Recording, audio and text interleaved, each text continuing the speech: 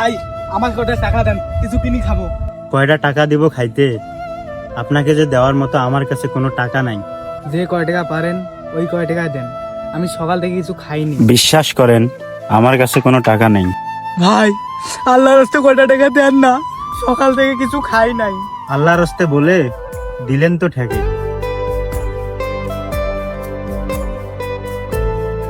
আমার কাছে এই শেষ 10 টাকায় ছিল, নেন রাখেন।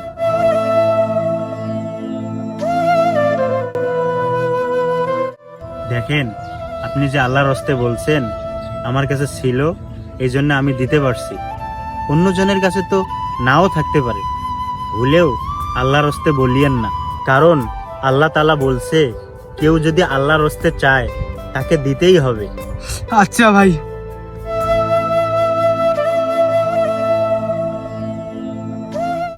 কিরে, মানিব্যাগ খালি করে যে লোকটাকে 10 টাকা দিয়ে দিলি, এখন বাড়িতে কেমনে যাবি? কেমনে আজ যাব? আল্লাহ 2 পা দিছে, হেঁটেই যাব। এত দূরের পথ তুই হেঁটে যাবি? অন্যের ভালো করতে গিয়ে এখন তো কষ্ট করা লাগবে। এটা তেমন কোনো কষ্ট না, কিন্তু আমার কাছে মনে হইল ওই লোকটা ক্ষুধার জ্বালায় অনেক বেশি কষ্ট পাইতেছে। তুই কি জানিস না মানিব্যাগ যে একবারে খালি করা ঠিক না? না, আমি বিশ্বাস করি না। আমি বিশ্বাস করি যে আল্লাহ তাআলা আমার মানিব্যাগ খালি করাইছে, সে আল্লাহ তাআলা চাইলেই আমার মানিব্যাগ টাকা দিয়ে ভরপুর করবে। এখন তুই কি বলতে চাইতেছিস? দান করলে কি কোনো সময় কমে না? না, দান করলে কোনো সময় কমে না। তুমি যত বেশি দান করবা আল্লাহ তাআলা তোমাকে তত বেশি দিবে।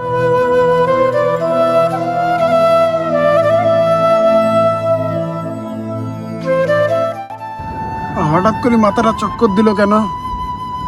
মাথা তো চক্কর দিবে, যে গরম পড়ছে। আর আপনার মনে হয় রক্ত শূন্যতা আছে, এই জন্য মাথা ঘুরে পড়ে গেছেন। তোমার অনেক ধন্যবাদ ভাই, তুমি যদি না থাকতা আজকে মনে হয় আমি এইখানেই পড়ে থাকতাম। ধন্যবাদের কিছু নাই, মানুষই তো মানুষের জন্য। ঠিক, মানুষে তো মানুষের জন্য। এইখানে কিছু টাকা আছে, তুমি রাখো। না, এই টাকা আমি নিতে পারবো না। তুমি যে আমার উপকার করছো এই জন্য টাকাটা দিতেছি না, তুমি একজন ভালো মানুষ। আর আজকে আমার মা আমাকে বলছে এই টাকাটা যেন একজন ভালো মানুষকে দেই, আর তুমি তো একজন ভালো মানুষ, এই জন্য টাকাটা তোমারে দিতে চাইছি। আর তুমি যদি এই টাকাগুলো নাও তাহলে আমি অনেক খুশি হব। শুধু আমি না, আমার মাও অনেক খুশি হবে। এই টাকাগুলো আমি নিতাম না। এই টাকাগুলো নিলে আপনার মা যদি খুশি হয়, এই জন্য নিলাম। আপনিও একজন ভালো মানুষ, আপনার মাও একজন ভালো মানুষ। গেলাম।